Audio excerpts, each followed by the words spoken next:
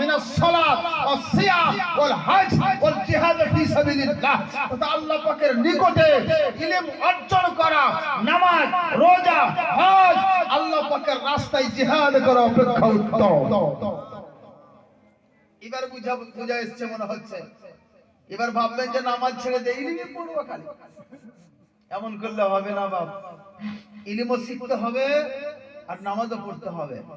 ইলমও শিখতে হবে, যাকাত আদায় করতে হবে।